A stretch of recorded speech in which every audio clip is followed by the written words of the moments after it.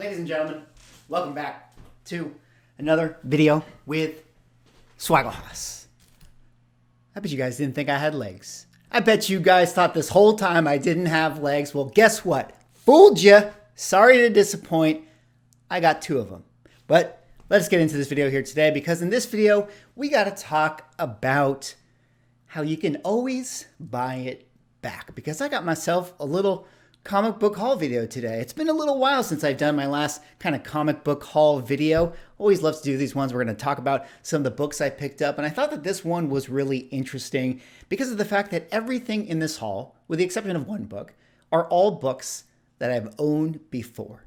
And in this video, I kind of want to go through the books, but maybe more in a broad sense, talk about this idea of how you can always buy a book back.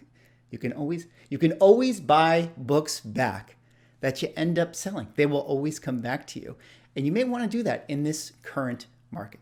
But before I get into the video, if you guys could drop me a like or a comment or subscribe if you're enjoying the content, help support the channel, doing those things I would appreciate. But let's get into this video here today. Well, like I said, went to my LCS just the other day, went to back this last week, and was thumbing through some of the bins, picked up a bunch of really, really cool books. And this first one I got right here is a book that I had previously owned, but I ended up selling it. And of course, the book I'm talking about is Captain Marvel number 26 right here. This would be the second full appearance of Thanos. Thanos has some controversial appearances, here and there. He's got a second cameo in between, depending on how you want to break it all down. I consider this to be the second appearance of Thanos. I also consider this to be Thanos' first cover appearance, which you can see him right there if the camera wants to focus. He's kind of looming over there in the window. This is also the first appearance of Death, or the first version of this Death, I think, within context to Thanos right here. And this is a really cool book, really, really underrated in my opinion. I mean, obviously we all know that Iron Man number 55, is the first appearance of Thanos. That definitely seems to be the go-to book. Granted, this isn't necessarily the greatest cover, but what I always really appreciate second appearances, especially when they add a little bit of extra value to that second appearance. For instance, when you have a character's first appearance, and let's say that they're not on the cover, but their second appearance they are, for like when I think about first appearance of Kingpin versus second appearance of Kingpin, I always feel like those second appearances are actually really great books to get your hands on because they have that added level of benefit. And this one right here, Captain Marvel 26, definitely think is a cool book for that reason. Got that one for 20 bucks. Not a bad deal if you ask me. And yeah, happy to have it back in the collection. Speaking of Captain Marvel, this next book that I was able to pick up for myself right here, I was in the Captain Marvel bins. I picked up Captain Marvel number 27. And what is the significance of this? Well, you guys know this is the first appearance of the character known as Eros. Now, a lot of people think that Eros made his first true appearance in Iron Man 55 as well, alongside of Thanos.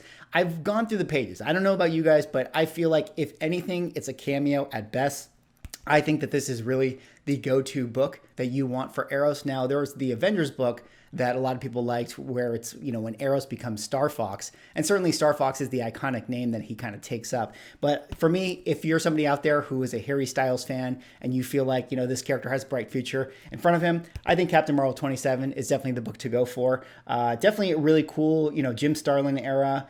This is definitely a beat-up copy, but I was able to find this one for $10. $10, not bad overall, but you can see a lot of color breaks on the side. I mean, it's a full black cover, definitely hard to, get this book in those high grades, but definitely a good time to, I think, pick this book up because of the fact that, one, we're in the current, economy we're in, but number two, I mean, when Eternals came out, I remember this book was going ham in the market. And right now, you can definitely find good deals for it overall. Definitely a good time to get it. And this kind of ties back into, what I was talking about earlier with the idea of you can always buy books back. I mean, shout out to Neo Carts and Comics. He always has the funny saying of the fact that, like, there's no government body, there's no police organization that say to you, hey, once you sell a book, you're not allowed to have it again. It's like this mental hurdle, like we as collectors have to get over. The fact that like you feel like once you sold it, you can't like buy it back, but you actually can. And so I think that there are instances that you may want to apply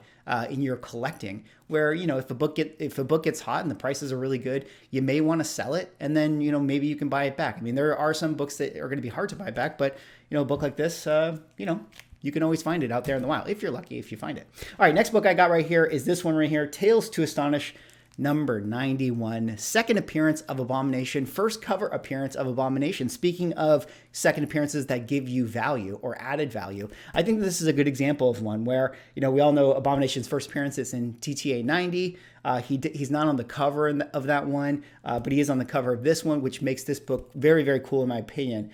This is one of those things I always think about where it's like, man, if this was the cover of TTA 90, imagine the values of TTA 90. Like, it's already a book that exploded, then it kind of crashed a little bit. I'm not really sure where the prices are with it right now, but if this was the cover for it, I mean, like, what a great book. This is still a great book in its own right. I had a copy of this that I picked up recently at San Diego Comic-Con, moved on with it, found another one, picked this one up, $15.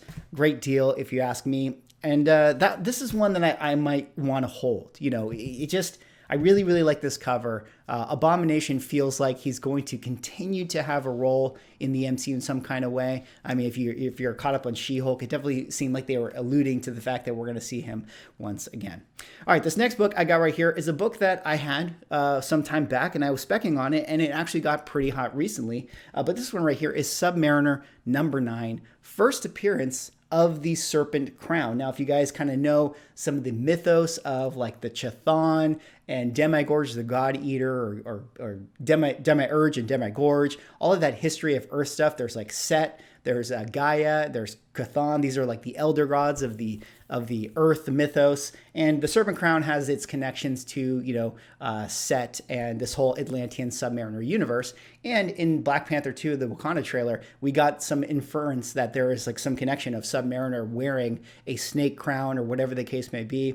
Who knows if they're really going to pull on that plot thread overall? But I really do think that this is a pretty cool book overall. I think that when we think about the Submariner storyline, has a lot of connections to the Serpent Crown. Like if Submariner ends up getting sort of his own trilogy of films, or maybe it's a Disney Plus series or whatever they're going to decide to do with him, it definitely feels like they're going to do Submariner storylines. I mean, the Serpent Crown and what that story is like, his Infinity Gauntlet, so to speak. I mean, there's a lot of stuff that they could do with it. And I'm not so sure that we're done exploring the elder gods. They've already sort of planted the seeds with Chthon and all of that stuff with the Scarlet Witch. So, who knows what we could be seeing in the future. But found this one, $15. It's definitely like a beat up copy, VG copy or so, but a very cool cover overall. I mean, the reds are always really attractive when, catches your eye, pops out like that.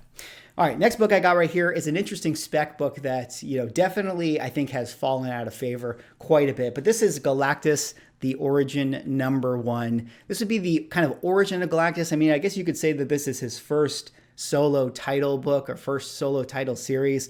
Obviously, you guys know Galactus, a great character, one of my personal favorite supervillains out there. Found this one for $10.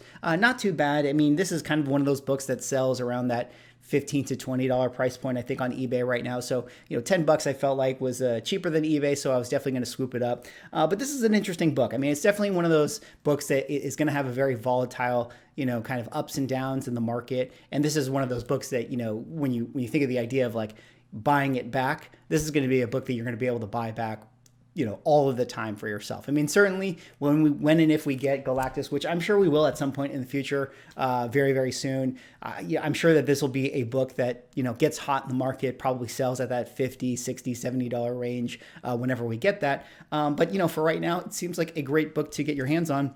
It's a cool cover, Galactus in the title. I think Galactus is one of the greatest villains in Marvel, so definitely a cool book. All right, this next one is always a fun one. I always smile when I see this, but this one right here is the Simpsons number 1 from Bongo Comics.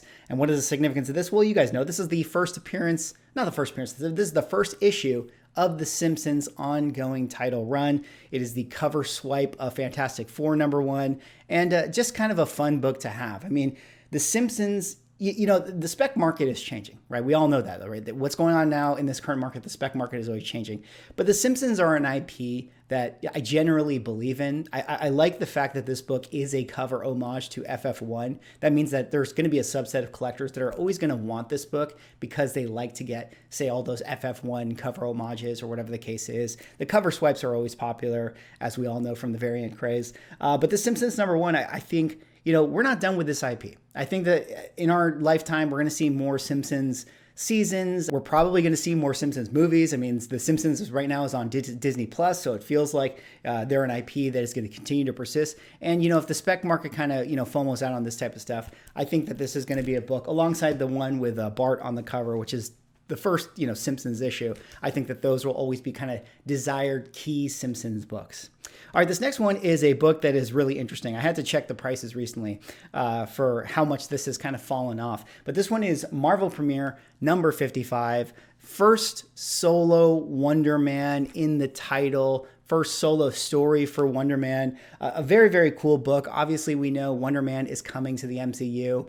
We haven't really gotten any more announcements since they had that initial deadline release of it, but we do know that Wonder Man is going to play a role in the MCU very soon. And a lot of the Wonder Man books absolutely blew up. I mean, Avengers number 9, obviously his first appearance. There is this one right here that was selling around that kind of $40 price point when that happened. There's Wonder Man issue number 1, the Sienkiewicz cover. And then there's the Wonder Man from the 90s number 1 that absolutely blew up. It's really funny to me because I personally think that outside of Avengers number 9, if you want Wonder Man keys, this is the one to get because it's the oldest one. I mean, we're talking Bronze Age here, 1980. I think that this cover is way cooler than certainly cooler than the 90s cover, in my opinion, and also probably cooler than the Sienkiewicz cover, unless you really like that painterly aesthetic. But, first solo story for Wonder Man right here. Found this one for $8. Pretty good pickup, if you ask me.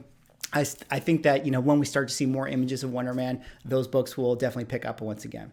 All right, this next book is an interesting one. This is a little more of a deep spec cut that, I like to kind of pick up some of these things from time to time. But this book I got is Captain America number 133. And what is the significance of this? Well, you guys can see right there, this is the origin of MODOK.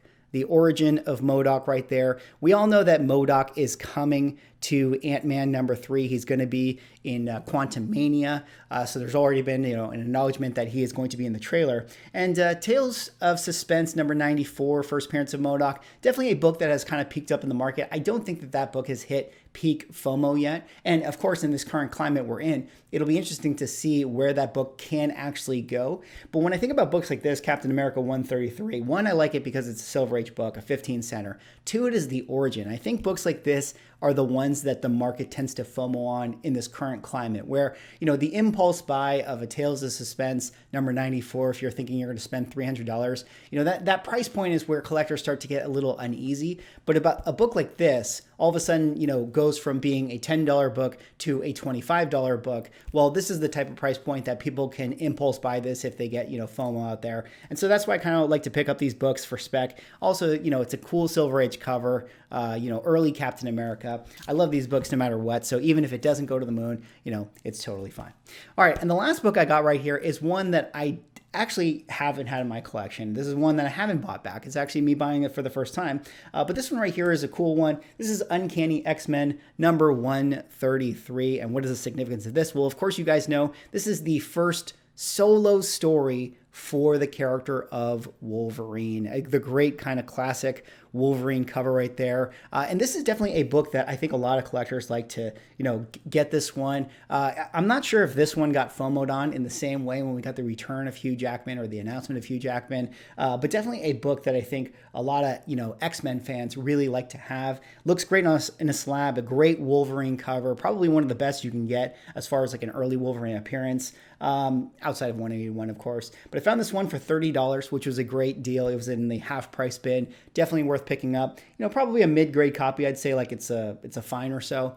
So happy to add this one to the collection, and it'll be interesting to see. I mean, I've never been one who really, really desires first kind of solo stories, but I do like that book and the Wonder Man book because of the fact that I think the covers really help kind of show like how cool the book really is. Where it's like I think there are other characters that have first solo stories that I don't really know if they're as cool because the covers don't have it. Like I think about there's a first Silver Surfer solo story, that's got it's in the Fantastic Four run, but Silver Surfer's not on the cover, so I don't know if that one kind of gets in front of the pack, whereas these ones kind of do.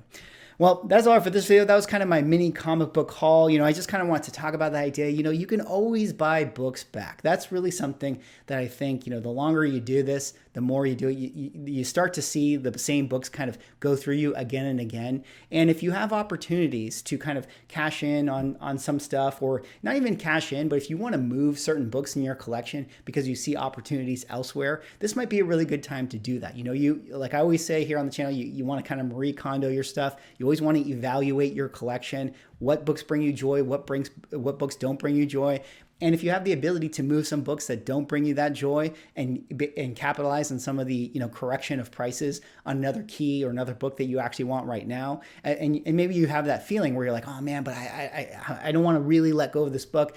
I mean, the idea that I'm trying to show you guys here is that you can always buy it back. Like, even if it's a book you like, even if you're, not gaining any money on it, maybe you're taking a loss on it if you sell it, if you want to apply that capital somewhere else, this might be a good time to do that. And the book that you're selling might be something that will find its way to you once again.